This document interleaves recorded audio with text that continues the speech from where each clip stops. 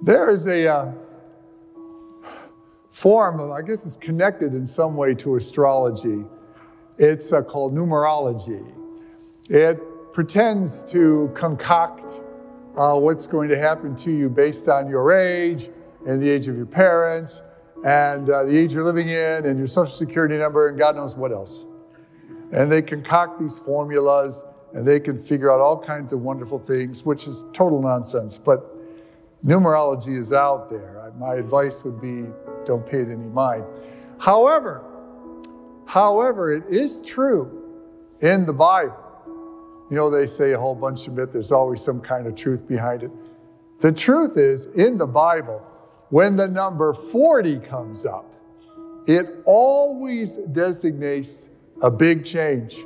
Something big is going to happen. It could be big in the person it involved, usually is, and it could be big for other people as well.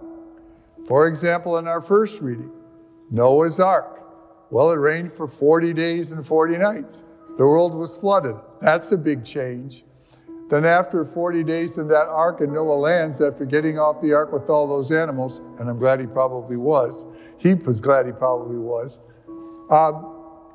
Big change. The world is a new place.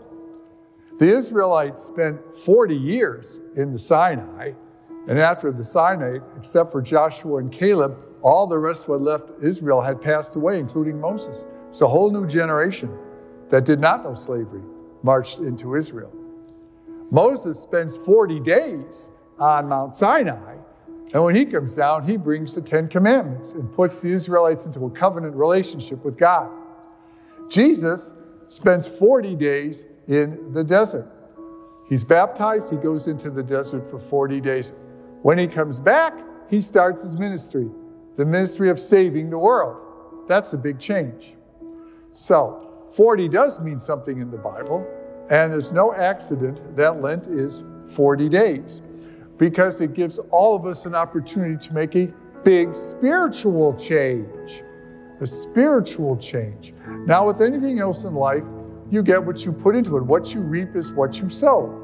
So if you look at Lent as a time to give up the morning donut for 40 days, and then you finish the 40 days, and you lose 5 pounds, that's nice. A week after that, you'll go back to the donuts, the 5 pounds back. You know the system. Not much of a change. But if you really make an effort, especially spiritually, you can really feel a transformation. And what I suggest to you is something that was more common years ago. People still do it today, even some of our own parishioners, but it's not as common. Going on a retreat. Going on a retreat. There's various places. There's the Franciscan Center up near Stony Creek. There's the Jesuit place, Manresa.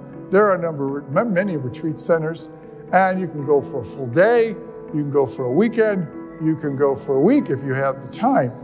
And you leave your cell phone at home, no TV. And what makes it good spiritually is that it takes you out of your normal circumstances. It's intentional that you leave your house with all your comforts and be somewhere else different. And this makes you concentrate on things that you otherwise would just ignore, such as the quiet and the Spirit acting in your life.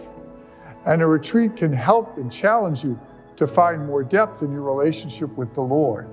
So take advantage of these 40 days. Look for a big, shoot big. Look for a big change in your life. And may I suggest, consider taking a retreat.